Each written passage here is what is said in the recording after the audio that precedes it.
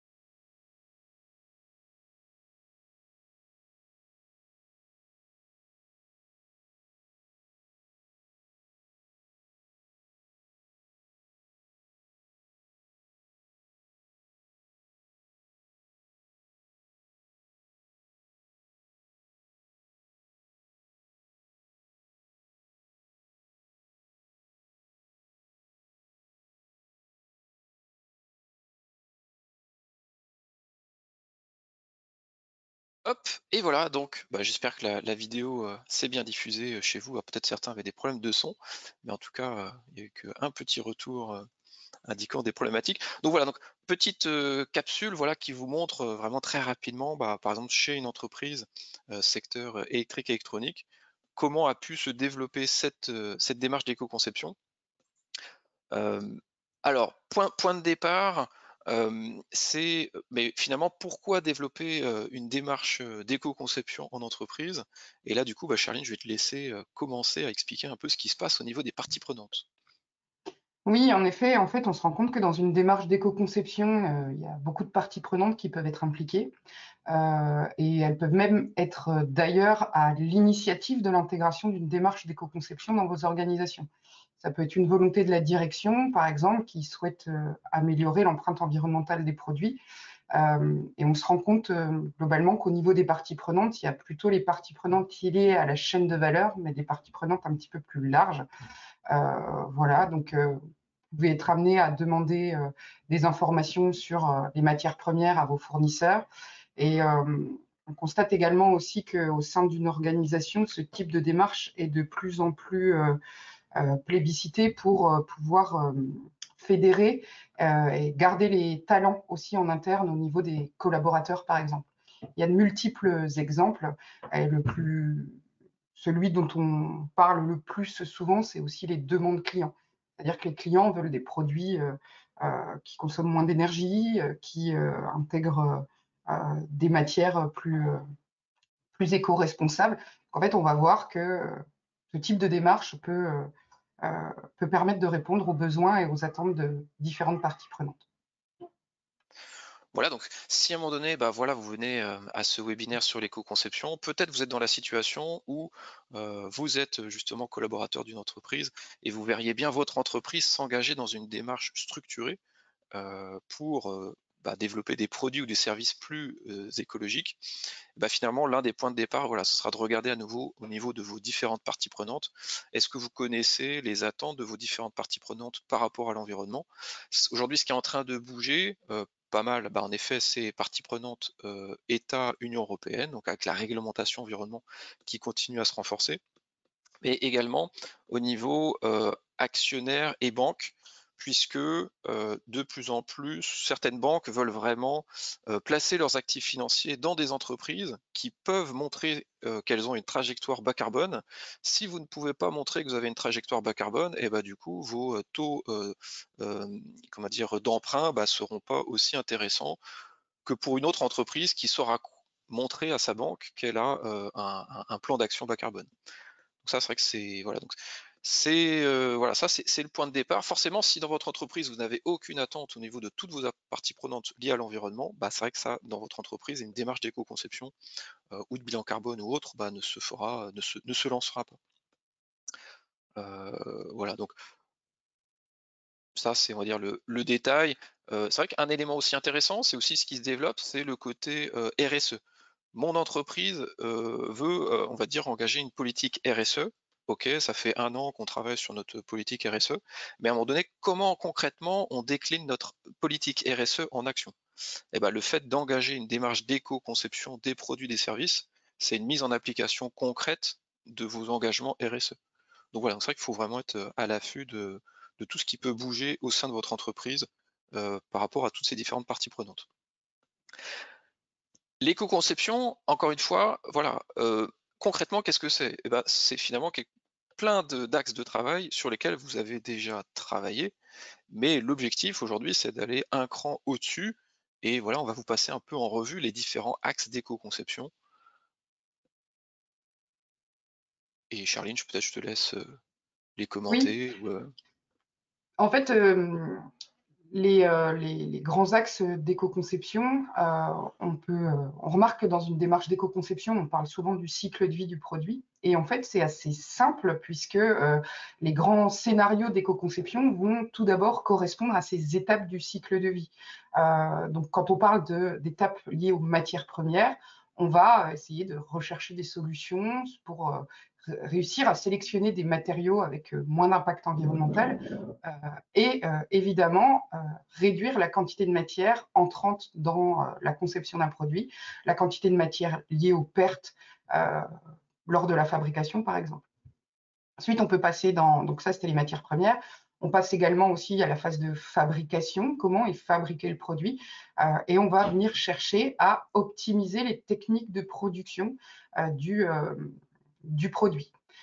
La phase de transport, optimiser la logistique également, la logistique pour les transports liés à la distribution et parfois aussi la logistique liée au transport d'approvisionnement. Parfois même votre entreprise peut avoir une activité logistique très forte puisque c'est son cœur de métier. Donc on peut aussi chercher à optimiser tout ça.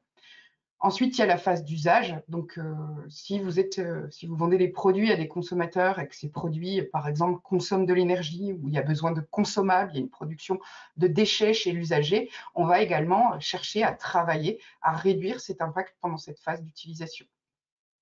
Et puis, il y a d'autres stratégies qui apparaissent et qui sont moins directement liées au cycle de vie. Alors, l'optimisation de la fin de vie est liée également au cycle de vie du produit, puisque là, on va chercher à avoir le moins d'impact possible, générer le moins de déchets possible liés à ce produit. Mais on va aussi chercher à augmenter la durée de vie, par exemple, du produit si c'est utile. Voilà. Et puis, il y a toujours une phase d'innovation quand même, où on va se recentrer sur différentes choses, par exemple l'usage, sur différents axes en fait, vraiment liés à l'innovation, de manière à imaginer, dessiner, travailler à des nouveaux concepts qui auraient un plus gros potentiel de réduction de l'empreinte environnementale de vos produits. Voilà. Donc voilà, donc ce sont des axes de travail sur lesquels forcément vous travaillez déjà en entreprise. Là, l'enjeu, c'est vraiment comment passer au stade supérieur en termes d'amélioration produit ou service. Et vous voyez, c'est vrai que ça part un peu dans tous les sens. Donc, quand ça part un peu dans tous les sens, forcément, en entreprise, il faut que la démarche que vous déployez soit structurée.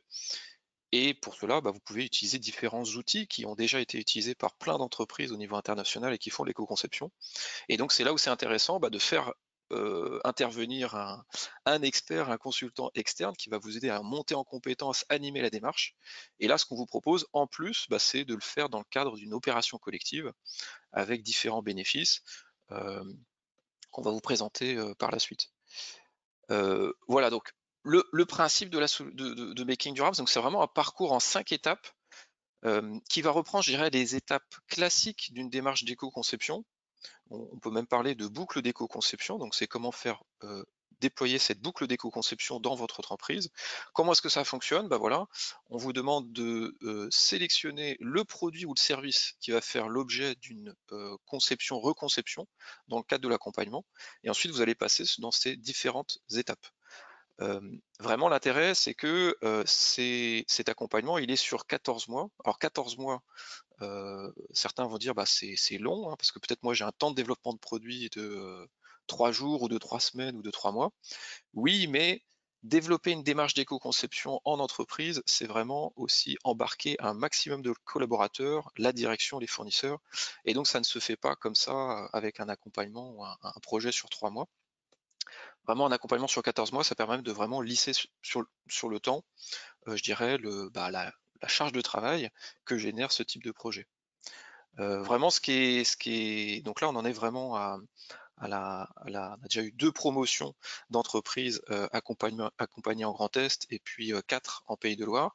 Vraiment ce qui ressort, c'est que ce format d'accompagnement, il permet vraiment d'atteindre un objectif important qui est, dans l'entreprise, vous arrivez à la partie plan d'action avec des actions d'amélioration concrètes et significatives sur les produits. Une difficulté, c'est si vous vous lancez dans cette démarche en autonomie ou avec un accompagnement qui n'est pas adapté, peut-être vous allez vous retrouver coincé à l'étape diagnostic et vous n'allez pas forcément réussir à passer à l'étape mise en œuvre. Là, ce qu'on vous propose avec cet accompagnement collectif, c'est vraiment un accompagnement très cadencé et où on va vraiment vous aider à optimiser chaque heure de travail que vous engagez dans la démarche d'éco-conception.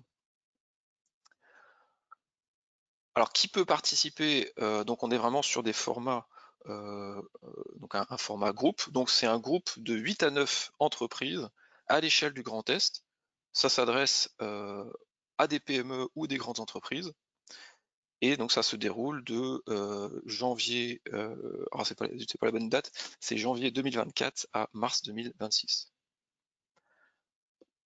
Comment est-ce que ça fonctionne concrètement? Eh ben, vous avez la phase de lancement, et là, Charline, je te laisse raconter un peu ce qui se passe à cette étape. Oui. Alors la première rencontre en fait, quand vous décidez de participer au parcours Making Durable et que vous êtes, sélectionné, c'est vraiment une première rencontre entre toutes les entreprises où vous allez pouvoir, déjà, partager, vos attentes entre vous, mais également, auprès de l'animateur, l'animatrice de la démarche. Et nous, ce qu'on va, c'est de vous donner un petit peu un état des lieux et de décrire plus précisément le parcours, ce qu'on va attendre et puis surtout ce qu'on va vous apporter, un petit peu voilà, les objectifs précis, même en montée en compétences en interne, qu'on va vous présenter. Ça permet également aussi d'organiser la suite du parcours. Voilà.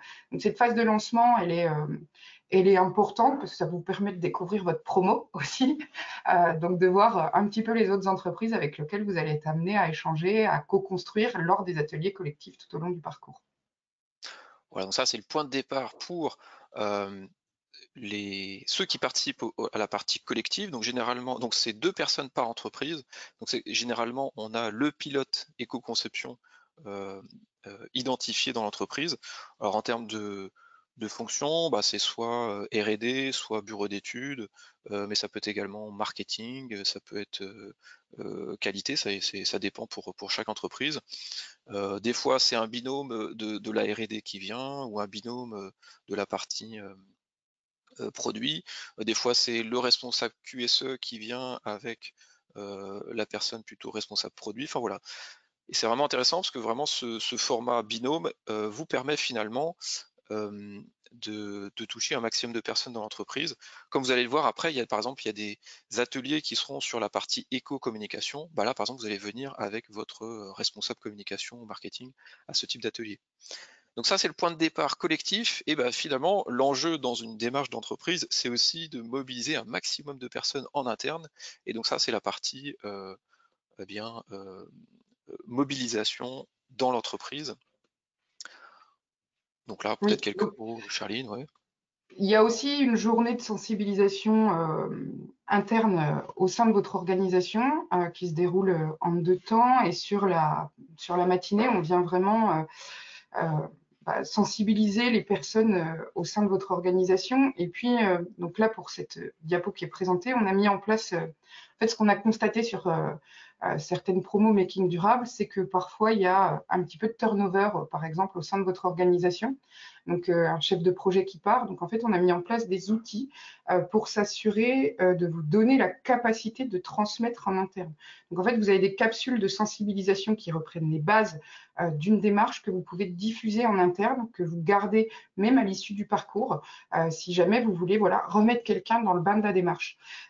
Donc ça, c'est intéressant s'il y a une personne qui part pour pouvoir et qu'une autre personne revient pour qu'elle puisse reprendre les rênes du parcours assez rapidement, mais c'est aussi intéressant pour vous en interne si le jour de la sensibilisation il manque des personnes, afin que vous puissiez diffuser et communiquer en interne en disant notre entreprise s'engage dans un parcours et dans une démarche d'éco-conception.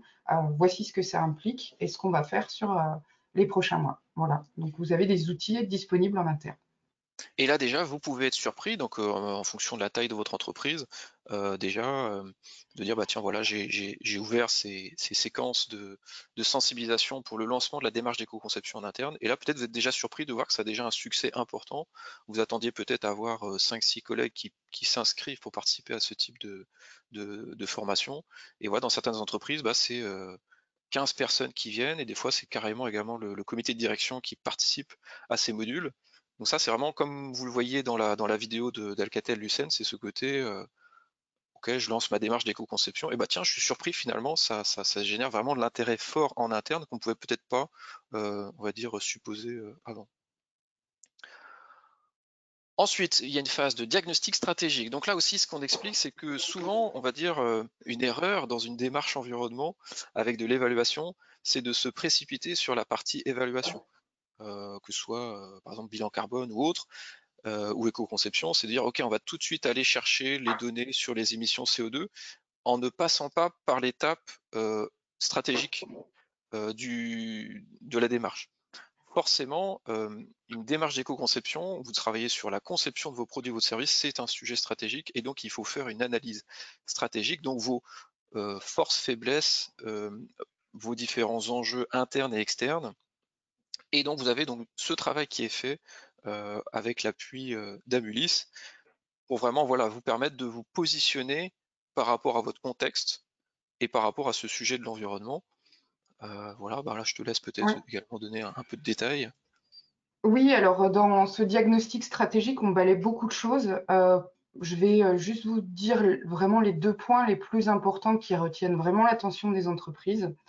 La première chose, c'est qu'on fait un benchmark concurrentiel et on analyse les démarches environnementales et les communications environnementales des entreprises concurrentes. Donc ça permet de vous positionner sur votre secteur d'activité afin que, voilà, que vous ayez aussi une idée de ce que pourrait représenter l'exemplarité en matière d'éco-conception sur votre secteur d'activité.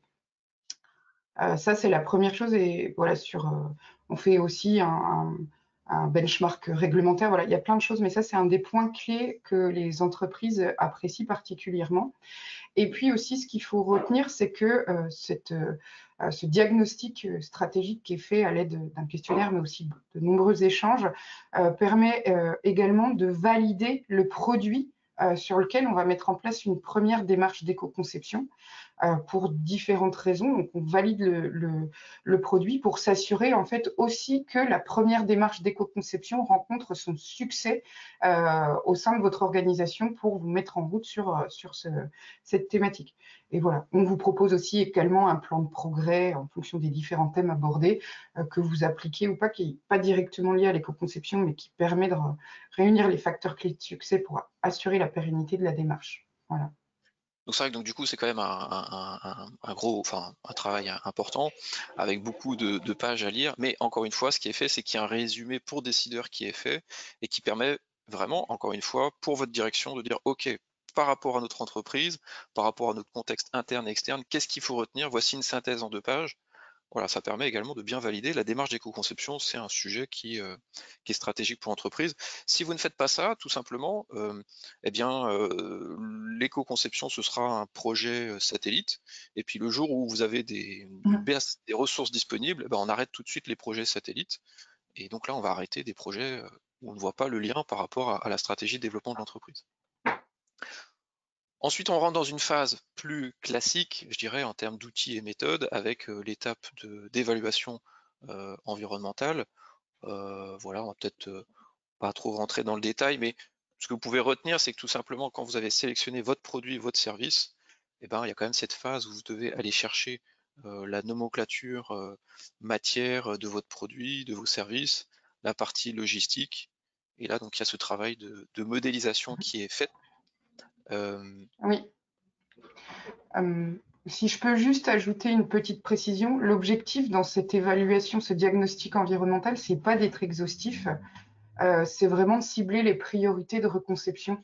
Tout à l'heure, on vous a présenté les 8 axes de l'éco-conception. Le diagnostic environnemental, il permet de valider sur quel axe il faut travailler en priorité pour pas se perdre en fait.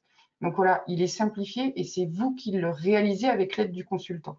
Et là, du coup, Ronan, je pense que je te laisse passer Ouais. à la slide d'après. Voilà. Et donc là également, ce qui est intéressant, c'est que dans le cadre de Making Durable, on vous propose d'utiliser un logiciel qui est euh, bien adapté justement pour une utilisation en entreprise.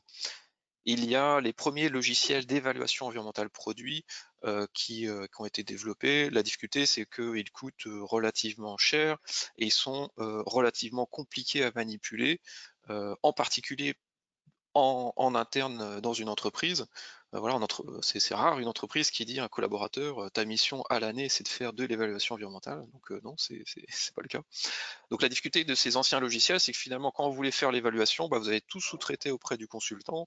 Et dès que vous allez vouloir faire modifier la conception du produit ou faire l'évaluation d'une variation d'un nouveau produit, bah, vous devez recommander des prestations d'évaluation environnementale. Donc ça, c'est quand même assez lourd et coûteux. Donc là, vraiment, l'enjeu, c'est de dire, OK, l'évaluation, il faut qu'elle soit faite en interne. Et donc là, justement, on vous permet d'utiliser ce type de logiciel. Concrètement, à un moment donné, quand vous allez faire votre travail d'évaluation, ce qui est intéressant, c'est que le Abulis pourra du coup voir vos projets et vous permettre de faire des corrections en disant bah, attention, là, il y a une hypothèse de calcul, il faut la modéliser comme ça. Donc là, vous avez une correction qui est faite, on va dire, en ligne. Donc là, encore une fois, vous voyez, ça, ce sont des petits détails. On cherche tous les petits détails qui vont vraiment vous permettre de gagner du temps et d'aller assez vite sur différentes étapes. Voilà. Et puis en plus, c'est un logiciel qui est avec un abonnement annuel, donc ça permet également de lisser les coûts. Voilà. Ça y est, vous êtes ensuite arrivé à l'étape où vous avez le diagnostic environnemental. Et comme Charline l'expliquait, l'enjeu, c'est pas d'avoir l'évaluation environnementale parfaite. Encore une fois, des fois, des entreprises se lancent dans une démarche d'éco-conception avec pas forcément la bonne méthode. Et quand on les revoit au bout d'un an, on dit bah voilà que tiens, vous en êtes où de votre démarche éco-conception? Oh bah on n'a pas encore fini l'évaluation après 12 mois de travail et on pense qu'on a encore un an. Voilà, bah, là typiquement c'est une démarche qui va pas forcément produire des effets et qui va s'arrêter parce que vous n'allez pas voir, vous, quel est le retour sur investissement que vous pouvez avoir. Là, vous êtes vraiment bien cadré, accompagné pour avancer sur cette étape. Oui, peut-être aussi, Charline, ce que tu voulais dire sur cette partie, c'est ce côté aussi élément de surprise pour les entreprises. Ah oui, oui, c'est intéressant parce qu'en fait, quand les entreprises réalisent leur première évaluation environnementale de produits, souvent elles sont surprises de voir la répartition en fait des impacts environnementaux du produit sur les phases du cycle de vie. Parfois, elles ont travaillé beaucoup sur la logistique, au niveau des transports, etc. Et elles vont se rendre compte qu'en fait, c'est même pas du tout le facteur prépondérant sur leurs produits et qu'il faut qu'elles réorientent en fait leurs priorités. Donc, voilà, en général, ouais, pour 80% des entreprises, il y a quand même une surprise à la découverte des résultats d'impacts environnementaux. Voilà, c'est tout. Et tout cela, la mobilisation en interne, le diagnostic stratégique, le diagnostic environnemental, ce ne sont que des prérequis pour vraiment l'étape centrale de la démarche de conception, d'éco-conception. Donc c'est vraiment cette phase de mise en œuvre avec la partie idéation. Et ça, c'est vraiment un élément important, c'est que voilà, c'est là où on veut vous permettre d'arriver assez rapidement, parce que c'est là où tout se joue. C'est-à-dire c'est vraiment votre capacité à générer des nouvelles idées sur l'ensemble des 8 axes d'éco-conception. Également, un autre facteur clé de succès, c'est pas que le bureau d'études ou l'AR&D dans son coin qui va travailler sur les axes d'amélioration. C'est un sujet qui est quand même difficile, hein, améliorer les produits en termes d'impact environnementaux et les services. Et pour dépasser cet obstacle, vraiment le moyen, c'est en fait d'embarquer un maximum des forces vives de votre entreprise. Ça veut dire c'est également les collègues au niveau marketing, commercial, production, direction. Voilà, plus vous aurez une équipe projet qui sera pluridisciplinaire, plus vous allez créer les conditions d'une vraie évolution de vos produits et services. Et donc ça, c'est possible si vous avez des outils d'animation. Oui. Donc là, sur cette phase de mise en œuvre, en fait, qui est vraiment très orientée recherche de solutions pour déboucher sur du plan d'action opérationnel, on utilise donc des séances de créativité ou des ateliers d'idéation adaptés à la démarche d'éco-conception. Il y a donc hier, on animait en fait sur la deuxième version de Making Durable, la troisième journée collective qui est vraiment dédiée en collectif à générer des idées pour résoudre une problématique particulière. Et la prochaine phase là, pour les entreprises qu'on accompagne actuellement, ça va être une journée en interne avec un maximum de collaborateurs, toujours sur cette phase de recherche de solutions. Et donc, on utilise différentes méthodes qui permettent justement d'ouvrir un peu le champ des possibles pour rechercher des solutions. Ce qu'il faut bien comprendre, c'est que voilà, on fait appel au principe de la créativité pour générer un maximum d'idées et sélectionner les idées les plus pertinentes. Et donc, ça se déroule toujours en 3 phases. Il y a une phase vraiment d'une définition d'une problématique prioritaire à résoudre. Une phase dite divergente où là, on embarque un maximum de personnes avec nous dans le bateau pour avoir des idées qui parfois sont originales. En interne, au sein des entreprises accompagnées sur la première version de Making Durable, on atteignait en moyenne à peu près 100 idées par entreprise. Bien évidemment, l'objectif, c'est pas de garder ces 100 idées, c'est un digeste. Donc, c'est pour ça qu'on impose également une phase de convergence qui permet, au travers de différents outils de cotation, sélection, de sélectionner que les 5, 10, 15, 20 idées les plus pertinentes à mettre en œuvre dans le cadre d'un plan d'action. Et voilà, le fait que tout le monde participe à ça permet aussi de valider les axes de travail pour la suite et d'avoir des collaborateurs engagés et qui sont volontaires pour continuer à travailler dans le projet. Voilà. Et donc ça, c'est vraiment aussi un élément fort d'une démarche d'éco-conception. C'est pourquoi, à un moment donné, se lancer dans une démarche d'éco-conception, investir. Bah, un des effets bénéfiques, c'est également la capacité à créer plus de liens entre vos différentes fonctions, que vous soyez 10 ou 500 dans l'entreprise.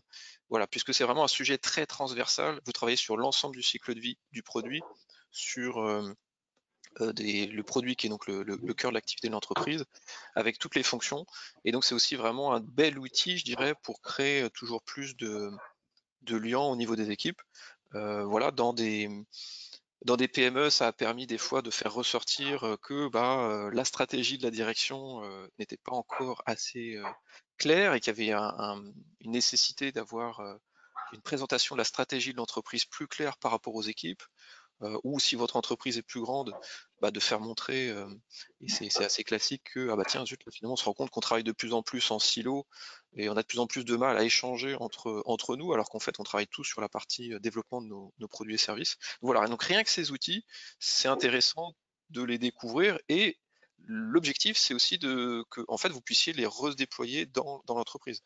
Les supports de travail sont fournis par Amulis et voilà, donc ça c'est aussi une super opportunité.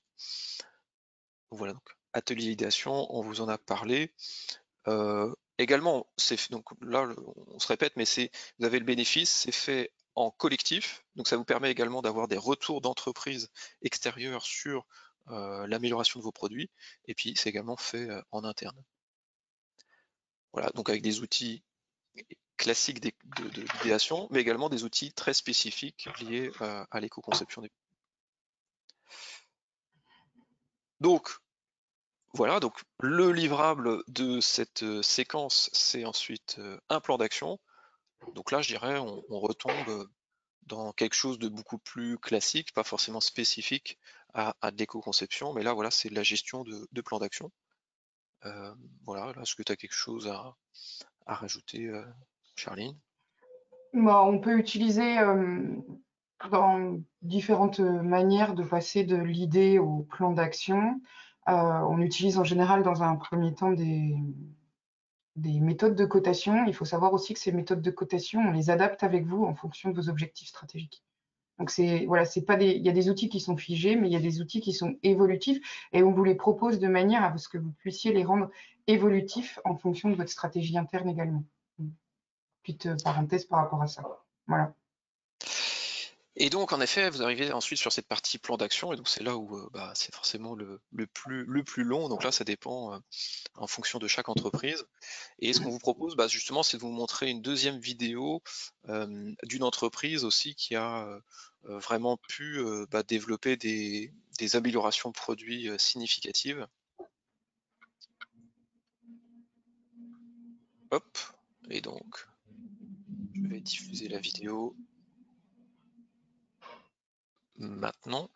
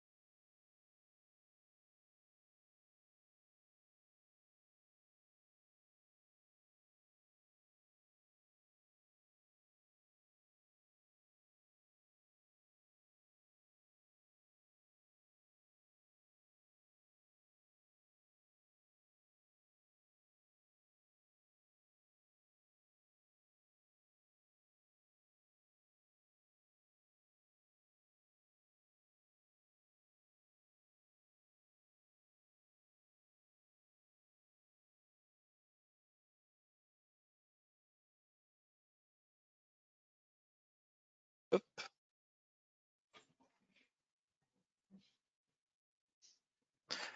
Donc voilà, donc une deuxième vidéo, et puis les autres vidéos sont disponibles donc en allant sur la chaîne YouTube de CCI Grand Est. Donc voilà, donc un exemple pour vous montrer bah voilà, comment concrètement sur ce produit des axes d'amélioration ont été identifiés et mis en œuvre. Tout dernier point, et je vois que le temps passe, c'est vous arrivez ensuite à une étape qui est l'atelier sur la partie éco-communication, puisque à vous de décider, est-ce que vous voulez communiquer sur la valeur ajoutée de votre produit en tant que produit moins impactant pour l'environnement. Ça, c'est déjà un choix stratégique. Si vous voulez le faire, eh bien attention, il ne faut pas faire de greenwashing, c'est-à-dire avoir une communication qui n'est pas claire et qui sera peut-être reçue par vos clients comme étant du greenwashing. C'est-à-dire que vos clients vont dire: ah, encore une entreprise qui survalorise une petite amélioration à la marge au niveau environnement et qui veut me faire croire qu'elle est extrêmement vertueuse, alors que c'est peut-être pas le cas. Aujourd'hui, vous avez finalement toute une série de normes ISO qui vous définissent comment travailler, mais ça reste des normes ISO, donc c'est un peu indigeste. Et donc là, justement, bah, vous avez un atelier entier qui porte justement sur la partie éco-communication. Voilà. Je ne sais pas, Charlie, si tu veux dire quelque chose. Très bien. Voilà. Et ce qui est intéressant, c'est que finalement, ce travail, vous le faites ensuite sur bah, vos propres outils de communication, donc avec un travail avec Amulis spécifiquement sur vos futures communications si elles sont en cours de préparation. Et vous le faites également sur le travail qui est réalisé justement bah, pour produire justement ces vidéos qu'on vous a montrées. Parce que donc ça, c'est quelque chose qui est inclus dans l'accompagnement. Donc une vidéo de 1 minute 30 à 2 minutes sur la présentation de comment vous avez déjà engagé une démarche d'éco-conception au bout de 14 mois dans votre entreprise. Et déjà, là, c'est l'occasion de dire, attention, est-ce que quand on va communiquer sur notre démarche, on va le faire sans faire de greenwashing. Voilà donc pour cette présentation. Maintenant, là, on arrive plutôt sur des éléments plutôt organisationnels. Donc, voilà, ce que vous pouvez retenir, c'est que c'est en 5 étapes. Vous avez 6 ateliers collectifs et également 10 jours d'accompagnement individuel. Donc ça, c'est vraiment le nombre de jours d'accompagnement avec Amulis.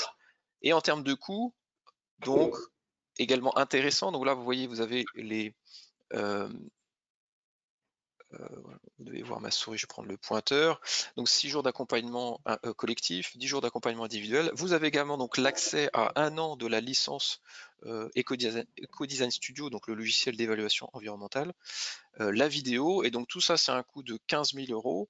Vous pouvez également valoriser du temps homme interne, comme du crédit impôt recherche innovation, ce qui vous fait un budget de 20 000 et qui ensuite bah, vous permet d'avoir un cofinancement Climaction. Donc là, en l'occurrence, donc c'est un cofinancement ADEME, et qui est donc relativement important en fonction de la taille de votre entreprise. Parce que vous voyez, pour une entreprise de taille moyenne, ça vous fait un reste à charge de 3 000 €. Donc là, voilà, donc ça montre également le fait que aujourd'hui, les pouvoirs publics veulent vraiment inciter les entreprises à s'engager dans des démarches d'éco-conception, parce que c'est un des leviers très opérationnels pour réduire les émissions de CO2 à l'échelle du territoire français. Alors si vous vous posez la question, mais quelle est ma taille d'entreprise, bah, dans le support de présentation, vous aurez la réponse. Il faut également bien sûr tenir compte de est-ce que votre entreprise est détenue par une entreprise qui, elle, n'est pas une PME. Voilà, si c'est le cas, bah, vous serez considéré comme un grand groupe, même si vous êtes 20 salariés. Et voilà donc concrètement comment fonctionne ce parcours d'accompagnement Making Durable pour vraiment vous lancer dans une démarche d'éco-conception. Alors, si à un moment donné vous avez des questions, bah, c'est le moment. On est à votre disposition pour y répondre. Et vous pouvez utiliser pour ça le module questions dans l'interface. Après, du point de vue, voilà, je vous laisse réfléchir sur des questions qui peuvent vous venir. La question ensuite, c'est comment est-ce que vous pouvez participer à cet accompagnement, eh bien, on fonctionne sur un format de candidature, puisque donc là, il y a 8 à 9 places disponibles. Comment ça fonctionne? Bah, vous pouvez, déposer votre candidature pour participer, et donc rejoindre cet accompagnement collectif Making Durable, et la date limite de candidature, c'est, le 26 octobre prochain, pour un démarrage en janvier, 2024. Ce qui est intéressant, c'est que voilà, également, on vous propose de, on va dire le formulaire de candidature, rassurez-vous, ce n'est pas un document de 40 pages à remplir, c'est un formulaire en ligne relativement simple avec, nom, prénom de votre entreprise. Heu, Pourquoi voulez-vous vous lancer dans une démarche d'éco-conception? Est-ce que vous avez déjà de l'expérience ou pas sur ce sujet? Hem Et puis également, est-ce que vous avez déjà identifié le produit ou le service qui fera l'objet de la démarche d'éco-conception sur 14 mois? Voilà, donc en tout cas, si suite à cette présentation, vous avez des questions, plus précises, bah, n'hésitez pas à me contacter pour échanger. Notamment des questions qui peuvent revenir, c'est, «Ah oui, mais moi j'ai des temps de développement de produits de 3 ans, est-ce que c'est compatible?» ou «J'ai des temps de développement de produits de 3 semaines». Bah, là justement, on pourra échanger et voir comment, bah, vous pouvez quand même utiliser cet accompagnement collectif Making Durable. Voilà, alors je vois que vous n'avez pas forcément de questions. Peut-être je laisserai, un mot de conclusion, à Charline, si tu vois d'autres éléments, importants à souligner. Bah, je dirais que s'il y a vraiment des choses à retenir, c'est que c'est vraiment un parcours intégrant un développement de compétences, donc tous les outils sur lesquels vous êtes formé, enfin en fait vous êtes formé en même temps que vous êtes accompagné. Donc ça, c'est pour moi la principale valeur ajoutée du parcours, dans le sens où l'objectif que je me fixe moi et puis que fixe surtout le parcours Making Durable, c'est qu'à l'issue de l'accompagnement, vous n'êtes pas perdu et c'est pas terminé en fait. C'est vraiment, vous vous êtes approprié les outils. Et puis, peut-être parce qu'on a vécu la journée d'hier et qu'elle était très intense et super enrichissante, je dirais qu'au-delà d'un parcours d'accompagnement à une démarche environnementale, c'est aussi une expérience humaine, une expérience de parfois de transformation. Et voilà, ben, pour l'instant, toutes les entreprises sont très contentes de participer et de, voilà, de réussir, en fait. Jusqu'à présent, Voilà. ça marche. Et en effet, ça permet de rappeler, voilà, il y a un double enjeu dans cette, démarche. C'est à la fois vous permettre de faire concrètement de l'éco-conception sur un produit, un service.